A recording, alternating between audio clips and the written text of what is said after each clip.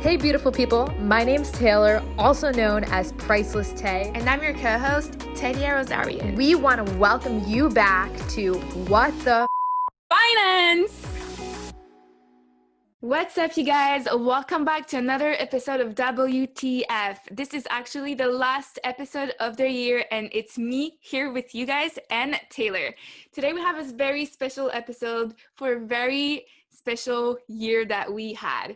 And so in case you don't know me, I'm Tedia. I'm 24, Canadian, and I'm an entrepreneur. And here I'll let Taylor introduce herself. What's going on, you guys? It's Taylor at Priceless Tay. As we all know, 2020 has been like a roller coaster for everybody, whether they have their highest highs or their lowest lows. And we've all lived through it. We've all suffered through it. We've all strived to make it better, at least coming up in 2021. So today's episode is going to be chill, just talking about our lows, the lows that we all endured together, our wins, because yes, they do need to be fucking celebrated this year. Even though it may not seem a lot, just living through this year has been a win, just for me, not just for Tadia, but for everybody listening. And then how are we going to kick some ass in 2021? As we all know, with COVID-19, many of us had our lowest toes. Oh my God.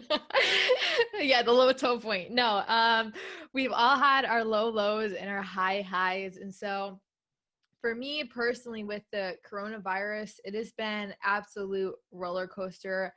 At one point, I've been given this amazing opportunity where so many people more now than ever are watching the internet and going online and building a platform for Teddy and I to talk and discuss about some of these messages. But on the other hand, it can really affect mental health. And how does that platform that you've been given as a result of this coronavirus affect your mental health, whether you're looking at the likes, the fame, the fortune, anything along those lines? So personally, one of my lowest lows was a project that had to revolve around social media, and it just did not work out the way that I thought it would.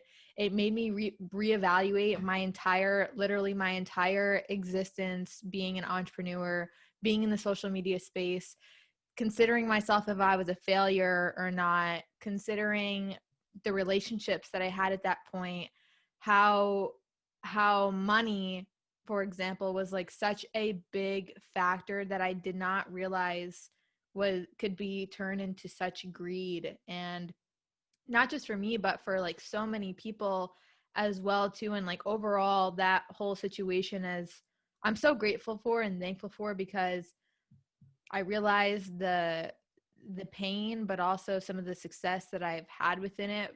But going into 2020, I'll know exactly what to do. And Tadia was there, still is with me side by side within that project as well too. Yeah, actually, like I saw Taylor going from like being so ambitious about a project that actually didn't fall through. And I admire like the strength she had to just like continue and take this experience to move forward. So if ever you guys are in that situation where you put your heart and soul into something and you realize like it's not going in the direction you want it to, and sometimes it's just not about giving up, sometimes it really fails, and what you have to do is just get up stronger. If Taylor did it, you can do it, I'm pretty sure. So I guess one of my lowest low this year was everything like was mental. Overall, I had a good year, but mentally sometimes being an entrepreneur, it was my first year, bring on some like challenges. It was the fact that you're now your own boss. So it's like you need to be like in a neutral space with yourself where you push yourself, but you're not too hard on yourself. So that way you're always satisfied. And sometimes I like put these like big expectations on myself, and then I end up disappointed. And it's just like when you're disappointed by yourself for yourself, it's just like such like a weird space that I never thought would be a challenge. But I'm willing to move forward and just being kind with myself. Mm-hmm. And most definitely too, guys, you guys might relate to this too, but like working from home may have been a blessing, but also in disguise, in that So many people figured out this year that they want to be in the office, that they can't operate from home, that being a home, being cooped up and not being able to go out is really taking a toll, whether that be from your eating habits, from just not working out, from feeling like you don't want to do anything, or oppositely, feeling like you're not doing enough, even though you're doing so much more than what you had originally done. Like that's my personal circumstance. Being just at home, I felt like I wasn't doing enough, although like everybody around me is like, how the fuck are you doing all this shit? And I still Yeah. felt like I wasn't doing anything. So No way. yeah. So I think that brings us into a good segue to tie us into our wins for the past year. Although like I think sometimes that I didn't do much, both Teddy and I had built a massive amount of community and engagement and just awareness for, I like to call what Tadia says, being a financial activist. I think it's Mhm. such a great word. Yeah, guys. I started this year with no plan, and I'm not gonna do that again. Like this year, I'm gonna have a plan, and we'll talk about it maybe later on this episode. But it was just like going with the flow. So I started with 0 followers, zero like nobody. I thought nobody would care about me sharing about money, but I ended up building a community of maybe 3K on Instagram and 1K on YouTube and 8K on TikTok, which is a lot for me from starting from scratch. I'm super excited about that. And it's just to show you guys that whatever you want to do, if ever you want to start online, like you guys can move a mountain in a year. And that's just me. And I don't want to compare myself to nobody, but I know like some people, and I'm happy for them, building bigger communities even out of the blue. So it's just about like starting. Like Nike says, just do it. I think it becomes Mm-hmm. my favorite quote by now, the Mm-hmm. Nike quote. Most definitely, especially through 2020. Yeah, what about your community, Taylor? What are the milestone you reached? Yes. So although this, I did have a goal for 2020 was to reach 1 million on TikTok. I'm 50,000 away. I'm at like 952,000, but there's still, at the time that we're filming this, there's still a few days left. Um, So close. but that just goes into like, I think a true win is self-development through experiences this year, and that I realized, hey, maybe we don't need to have numerical goals. Why don't we appreciate literally in the now and appreciate what character development we've have implemented like within ourselves. For example, this past year I've been immaculately organized, planned. I know what I want. I know what I don't want. And years prior to, I would say, yes, I had a little bit about that, but I didn't have as much skill or passion as I do currently. And I think that's super important. And again, just from being at home, I think a lot of people have figured a lot about themselves, a lot about their family, who they're living with. Um, have realized what they love, what they don't like, after there's only so many options that you can really choose from at this point.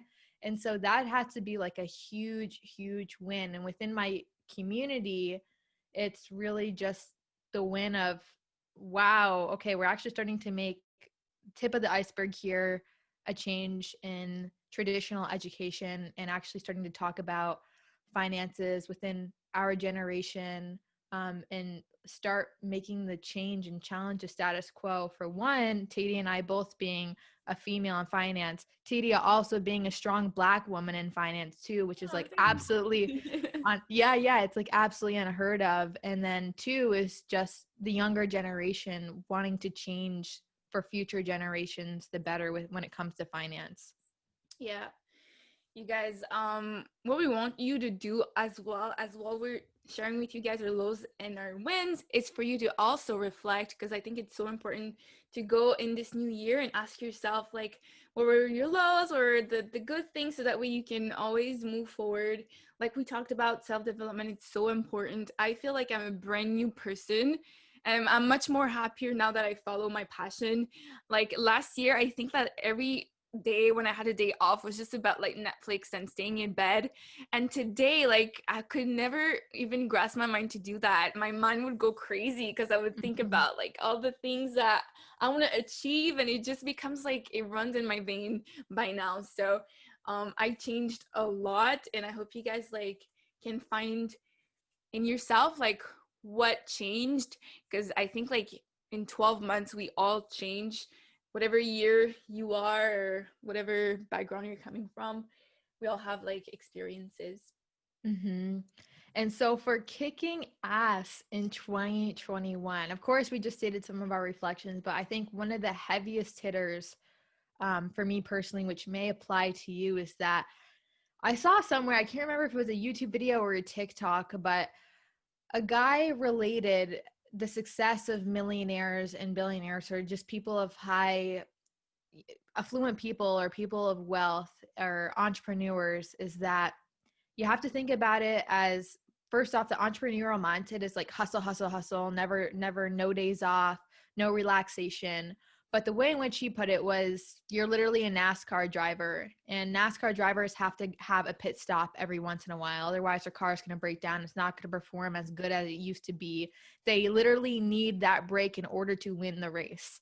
And so this realization for me was, like I said in the beginning of the show, I was working my fucking ass off like no other this past year, but I came to this realization that, what did that really turn out into? I was making very quick decisions, not having clarity or clear judgment, focusing on too many different projects instead of just honing down on one.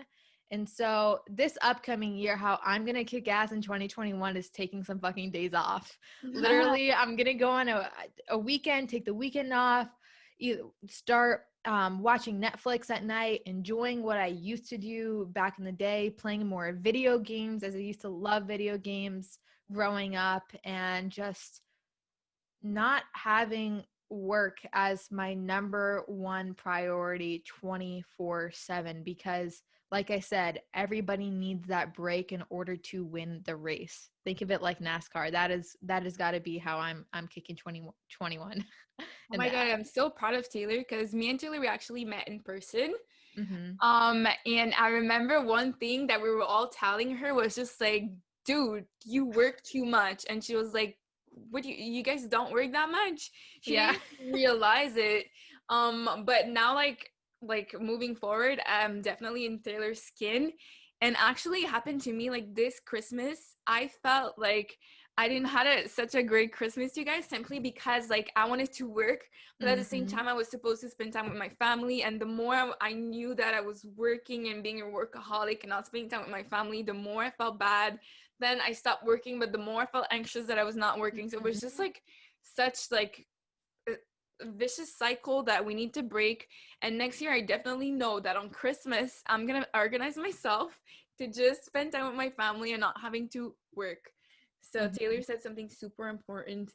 And I want to talk again about like what am I going to do to kick ass in 2021? And for me, it's just like planning and having a strong morning routine, which is like it's definitely going to help me every single day. And it's definitely to take some to leave me space at evenings so I can like work on basic stuff like just doing my nails or just watching Netflix like Taylor said, so that way I can go sleep earlier and enjoy this whole process, because I really enjoy doing what I do, but I need to like find a nice balance, and I'm sure you guys can relate in everything that you want to do. Mhm. Mhm. So we asked you guys um, some of your wins this past year. I think it's so important to bring you guys into the equation as well. So we have here somebody, dirty underscore FB6.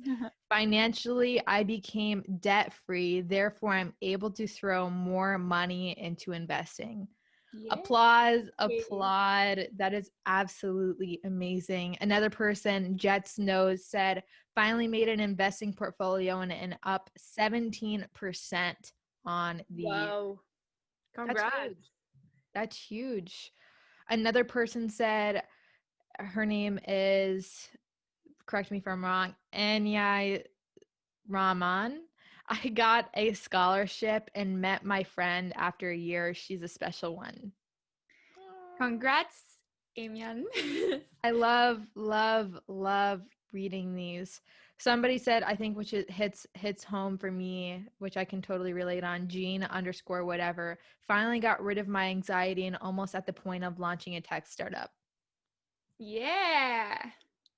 Super You good. guys are kicking ass. Super Whoa. good. Yes. I want to say another person here too that I think it's important to bring up that yes, not everybody had their wins, but I think it's important. Sophion underscore Shay K underscore P1 said, I didn't have one. Literally everything went to hell. And on top of that, I didn't have money to buy a computer. So Yeah, this this is is where, really yeah, I think this is important to note because, guys, in order to kick 2021 in the ass, it all starts with your mindset. How are you going to be optimistic? You have to at least maybe say, okay, if this year you said that you didn't, okay, well, guess what? You did because you lived. You're breathing, you're talking. While others unfortunately weren't able to have that. So just change your perspective, change your outlook on life, and really try to be the best version of yourself. And no, I don't mean be all successful, drive Lambos and stuff. I mean character development, controlling your mindset, trying to be optimistic, enjoying every moment of life. Stop trying to look at all of your future outcomes as in where am I going to be 50 years from now. Instead, be grateful for the food that you're eating, the water that you're drinking. Some countries don't even have clean water, guys. So it's just all stuff to be grateful for. Yeah, definitely. I know someone who had a really hard year in 2020. And like I've been talking to that person to try to see like how can I help that person change their mindset. And what I noticed that a lot of people like who are down with what happened this year and everything, it's all about like Taylor said, perspective. And so I told him to start to be grateful for things. It's just like waking up in the morning and decide what are you going to be grateful for. Maybe it's just going to be because you're going to order pizza tonight and it makes you happy, or maybe it's just because you're going to have a phone call with your friend. But these little things and practicing, like I think it's called gratitude, it's definitely going to shift your mind for 2020. So just wake up and be like, two things I'm grateful for today, and it's just going to help you a lot. Mm-hmm. I think that's gonna wrap it up for us, guys. I know it's New Year's Eve, so try not to party too hard. And if you do, try not to get sick. It was amazing, an amazing year with all of you. Teddy, you want to have any final words or wrap up? Oh, yeah. Me and Taylor started this podcast as like a fun project, and we decided this year to continue the podcast for 2021. So we're super excited to have like awesome new episodes for you. And if you have any suggestions for us on this podcast, use the hashtag #WhatTheFinance so we can locate your suggestions, and you can find us at Tedia, Rosarion, and Priceless Day, or even tap into it to ask us suggestions. And like, guys, we're thank you so much for this wonderful year, and we'll see you guys next Thursday. Yes. Bye. Bye, guys.